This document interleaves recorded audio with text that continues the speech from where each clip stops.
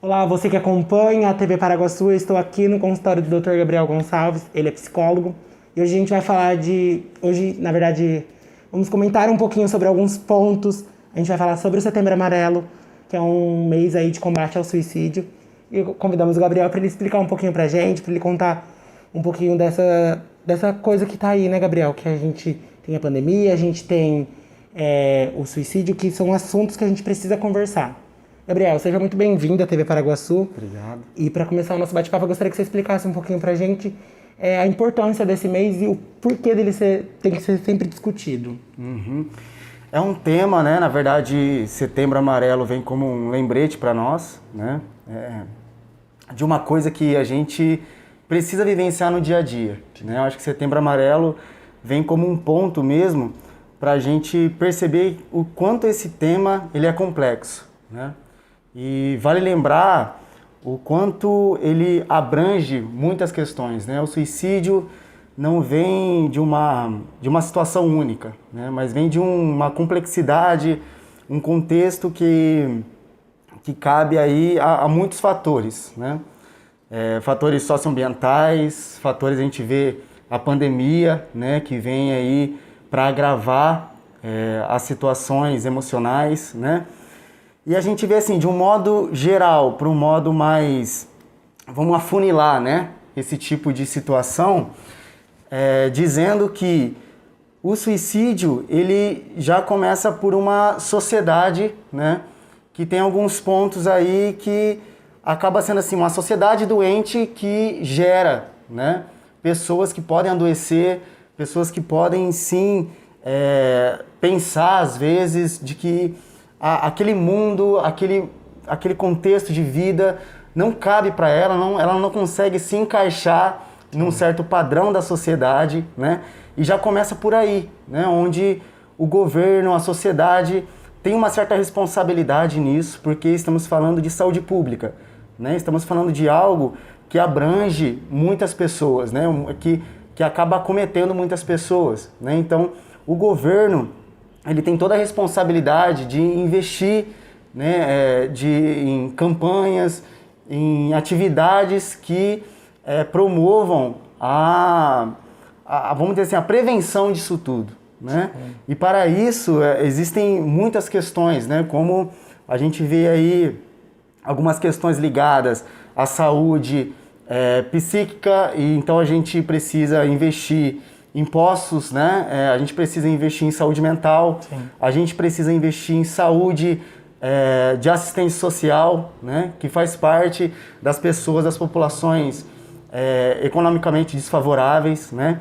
Então isso tudo também faz parte de um contexto onde algumas pessoas acabam ficando à margem, né? E se a gente for pegar outros pontos da sociedade, a gente vê na escola, né? Onde se vê o bullying. Então, situações onde alguns adolescentes não sabem lidar com as diferenças, né? Descontam no outro, isso tudo gerando bullying, né? Gerando a fúria pela diferença, né? Que é o bullying. A gente vê nas famílias a questão das diferenças também, o tabu da sexualidade, né? O racismo, o machismo. A gente vê todos esses pontos, né? Que acabam selecionando e trazendo uma certa normatividade, né? Um certo modo de ser normal, né? E aquelas pessoas que vivem outro tipo de vida, de sentimentos, que são pessoas diferentes daquilo que a sociedade às vezes prega como normal, né? Essas pessoas elas ficam com o sentimento de que elas não servem mais para aquilo, né? A gente vê na questão do racismo, onde o negro é deixado de lado e o branco se sobressai, né? O machismo, onde a mulher, né, não tem a sua voz, né? Então a gente começa a perceber que isso são pontos, né, que nós precisamos estar atentos, né? Então o suicídio está intrinsecamente ligado a isso, né? São pontos que a gente precisa observar mais de perto. São pontos que adoecem, né, a sociedade, são pontos que padronizam e assim as outras pessoas ficam sem espaço, né? Elas ficam sem espaço para falar, para ser, né? E isso tudo produz adoecimentos, né? Agora, Gabriel, utilizando algum desses pontos que você destacou, vamos começar aqui pela escola. Hoje, em média, aumentaram 30% nos últimos 10 anos a taxa de mortalidade de adolescente. Por questão do suicídio. Adolescente que não se sentia bem com seu corpo e aquele amigo fazia um bullying. Por um adolescente que tem uma sexualidade diferente da outra. Então, o que fazer? O porquê que acontece isso dentro da escola? A adolescência, e principalmente a juventude, né, que é a taxa maior de suicídio, vem dessa faixa etária, né? Adolescência, juventude ali, perto da fase adulta, né? É muito grande essa taxa de mortalidade, de suicídio, por conta da entrada que eles têm na sociedade, né? A criança, quando ela está ainda ali no seio, né, da família, ele ainda não tem o seu ponto crítico, ele ainda não tem o seu modo de dizer, né? Na verdade, ele tem o seu modo de dizer, são os pais que não escutam, né? Então, a criança, ela tá ali sem voz praticamente, né? Porque a família, às vezes, coloca num sistema ali que já está pronto, a criança já nasce num sistema que já está pronto. Quando chega na adolescência, esses adolescentes querem lutar pela sua identidade, querem lutar pelo seu modo de ser, né? Querem lutar para ganhar voz, né? Então, nisso, alguns vão dizer através da depressão, né? Alguns vão dizer através do TDAH, né? Que é o que as pessoas colocam, as pessoas diagnosticam, né? As pessoas vão dizer através daquelas pessoas que às vezes agridem um ao outro, né? São modos de fala, são modos de dizer o quanto aquela pessoa quer se definir na sua identidade. Então, quando eles entram na sociedade e percebem que eles não têm espaço para isso, é onde começa a gerar esses sintomas, né?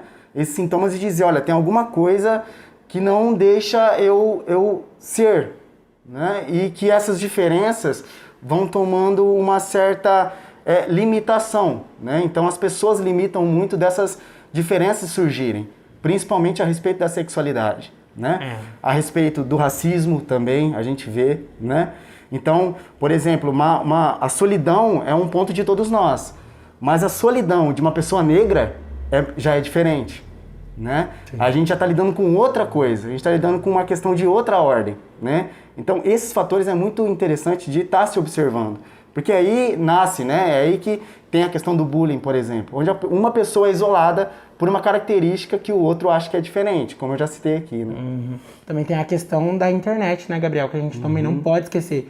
Que hoje em dia é uma coisa que tá aí, as pessoas, qualquer coisa, acabam te cancelando e aí você não sabe. Até surgiu uma brincadeira recentemente que ir fora do Stories. Você tá bem? Como que você tá fora do Stories? E aí as pessoas hoje em dia não pensam. Como que você é? Você é só aquilo que você mostra ali pra gente? Como que você tá ali na sua casa? E eu digo, né, que o sintoma aí das redes sociais...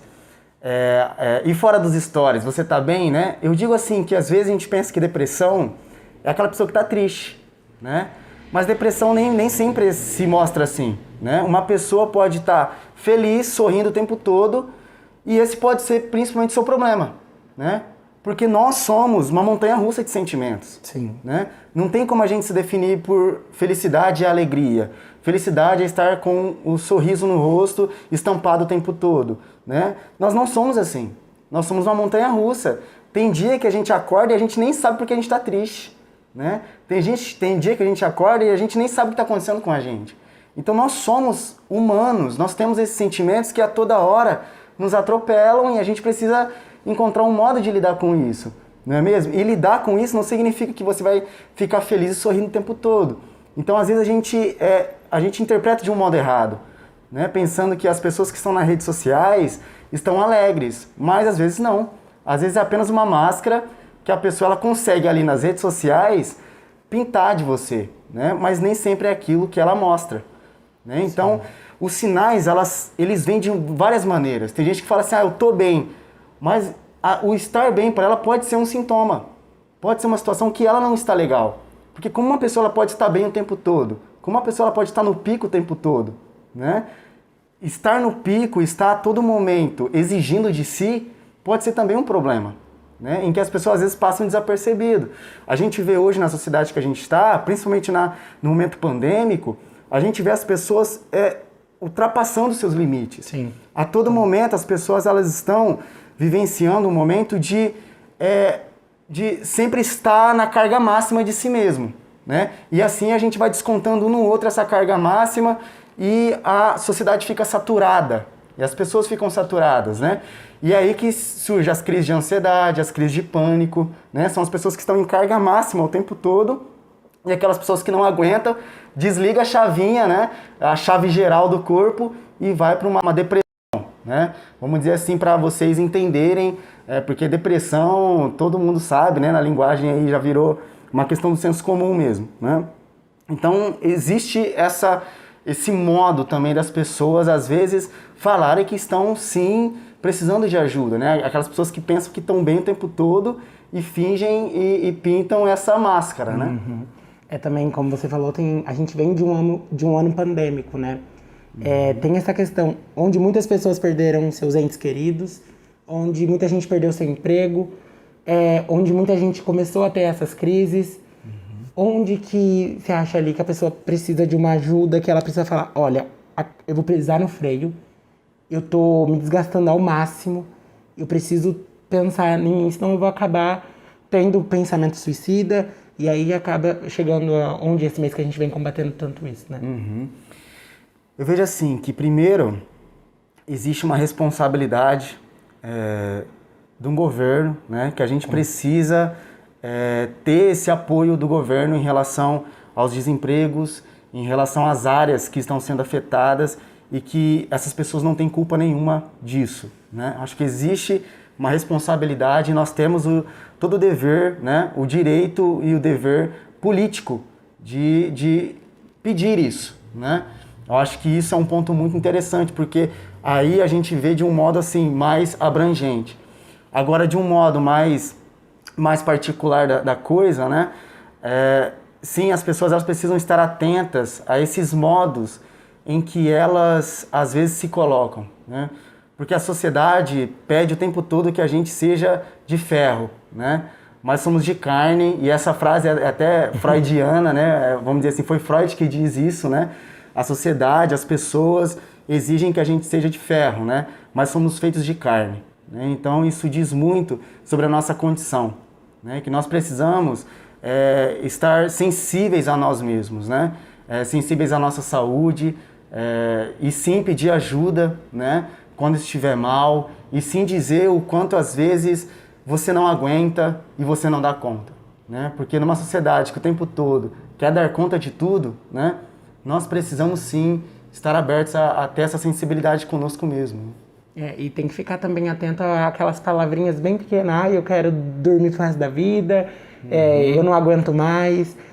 A gente tem que ficar esperto nisso, né? E saber que ali é a hora de eu procurar uma ajuda, profissional. Hoje em dia tem os postos de saúde, tem assistência social, né? Que todo mundo tem acesso aí. É que tem a questão também da vergonha. Como que eu vou falar, como que eu vou assumir pra mim mesmo que eu não tô bem? Essa questão da vergonha, você acha que é um dos fatores que acontece das pessoas se levarem a isso? São vários pontos, né? Eu acho que a vergonha é um modo da pessoa dizer que às vezes o que ela está sentindo é errado, né? A vergonha ela tem muito essa característica, né? Por que uma pessoa tem vergonha de dizer algo? Porque ela pensa o que o outro vai achar dela, né? E se a gente vivencia numa sociedade, por exemplo, que o tempo todo ela está feliz, então a tristeza já não é bem-vinda. Percebe o quanto assim, quando nós selecionamos uma coisa, as pessoas sentem isso. Quando nós selecionamos uma coisa para viver, se as redes sociais publicam apenas coisas felizes, então ela já subentende-se, né, que ela já não quer que coisas tristes estejam ali. Então a sociedade tem muito esse modo de dizer, né? Se nós temos um padrão de viver uma vida e a gente tem um outro jeito de viver, aquele outro jeito de viver já é posto de lado. Então nós precisamos quebrar esses tabus, né? Nós precisamos a cada dia mais estar atentos a esses discursos em que as pessoas estão ali, sabe, distanciadas mesmo. Então acho que o sinal assim mais importante é quando a pessoa se distancia, né? Tem pessoas que se distanciam de vários modos. Algumas vão se entristecer, algumas vão se isolar, outras vão ter um outro modo de viver alguma situação. O excesso é um sinal, né? Os excessos são sinais, né? Então a gente percebe isso também, a gente precisa... E quem vai perceber isso? Aquelas pessoas que estão mais próximas, né? Que conhecem. E aquelas pessoas que têm vergonha disso, é muito difícil dela chegar, porque existe um contexto maior que às vezes obriga ela a estar naquela condição de vergonha, né? Então, se ela for num lugar, sim, que às vezes já é propício para esse tipo de ajuda, uma assistente social, né? Um CAPES, um sistema de saúde pública que tem esse tipo de acolhimento, ela será bem acolhida, né? Então, esses são os lugares, os caminhos, um consultório particular, né? Esses são os lugares em que você vai ser ouvido, onde você vai ser escutado, né? Hoje a gente vê diversos panfletos, a gente vê diversas coisas, imagens, e sempre tem escrito lá, você não está sozinho. Então, busque ajuda, né, Gabriel? É isso que você deixa um recado para toda a população. Com os amigos, né? Sim. As pessoas mais próximas, que são pessoas que escutam, né? E eu vou dizer, né? É como se você tivesse na pele dessas pessoas que sofrem as injustiças desse sistema, né? Você vai perceber que elas querem dizer alguma coisa. Então, essas pessoas precisam ser ouvidas e escutadas, né? Que nós, assim, que a gente tenha a abertura para dar esse momento de voz para elas, né? E não deixe que as cicatrizes falam por elas, né? Porque às vezes as cicatrizes falam coisas que a pessoa às vezes não tem abertura para falar, né? Então, que sejamos abertos a isso, né? A dar ouvido a essas vozes e não para cicatrizes, né? Porque se chegar um ponto no se cortar, né? No se automutilar, já chegou um ponto em onde a pessoa ela está querendo dizer algo, né? Sobre ela. É um ponto onde ela não consegue ter espaço para isso e ela necessita desse espaço, né? De novo eu citei aqui uma música, na verdade, que é do Emicida, né? Que ele fala sobre isso, né? Permita que eu fale e não as minhas cicatrizes. Então essa mensagem que eu deixo para você que sofre, né, das injustiças da sociedade e para aquelas pessoas que não dão abertura para as coisas diferentes, né? Repense e pense, né? Porque não é só a sua forma de verdade que existe. Existem outras verdades e outras formas de viver. Muito obrigado. Obrigado.